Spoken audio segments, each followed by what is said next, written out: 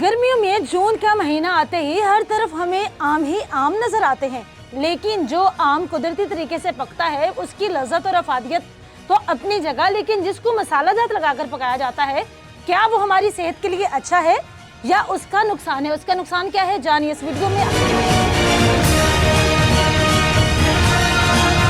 मैं आपकी मेजबान इकरा लियाकत। हर तरफ मौसमी सौगात है, फलों का बादशाह कहलाता है आम। जब ये मार्केट में आता है तो इसकी लज्जत, अफादियत और जायका जो है मुनफरिद होता है और हर घर के दस्तरखान की जो है ये रौनक को दुबाला कर देता है।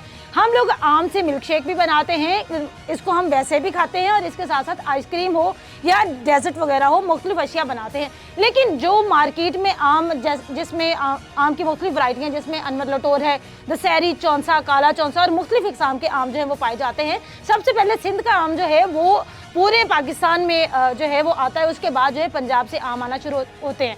लेकिन जो सिंध से आम आता है वो कुदरती तौर पर पका नहीं होता है, बल्कि वो जो है उसको मसाला जात एक ख़ास मसाले के तहत पकाया जाता है। उस मसाले की वजह से जो है, जो मसाले के साथ आम पकता है उसका मसाले को कहा जाता है कैल्शियम कार्बोहाइड्रेट। कैल्शियम कार्बाइड के जरिए पकने वाला आम कुछ हरा और पीला होता है, और जो आम बिल्कुल पीले अंदाज में पका होता है उसके ऊपर सफ़ेद रंग के हमें निशानात नज़र आते हैं। हम जब मार्केट में आम खरीदने के लिए जाते हैं तो हम सिर्फ यही चेक करते हैं कि ये आम जो पीले पीले आम होते हैं हम उनको ख़रीदते हैं क्योंकि वो रसदार होते हैं और वो हमें खाने में अच्छे लगते हैं। लेकिन आम खाने वाले अब हो जाएं होशियार, क्योंकि इस मसाले की वजह से पकने वाले आम जो है आपके मैदे के साथ साथ आपके दिमाग तक को मुतासिर कर सकते हैं। क्योंकि आप जब ये ज़्यादा आम खाते हैं तो आप लोगों ने देखा हो कि हम लोग साथ में कच्ची लस्सी का इस्तेमाल करते हैं ताकि हमारे जो मैदा है उस पर ज़्यादा आम की जो हीट है वो असरअंदाज ना करे।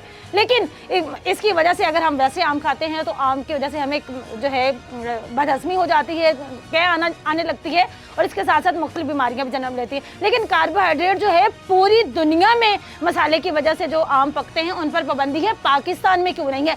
पाकिस्तान में मौसमी फल ज़्यादा मुनाफा कमाने के चक्कर में जो हमारे ताजर हजरात हैं वो आम को कच्चे को जो है वो बागों से लेते हैं, उसके बाद इस मसाले के ज़रिए मखसूस अंदाज में पकाते हैं। और ये आम जो है एक तो इसकी लाइफ को भी बढ़ाता है ताकि काफ़ी दिन जो है वो स्टोर रह सकें।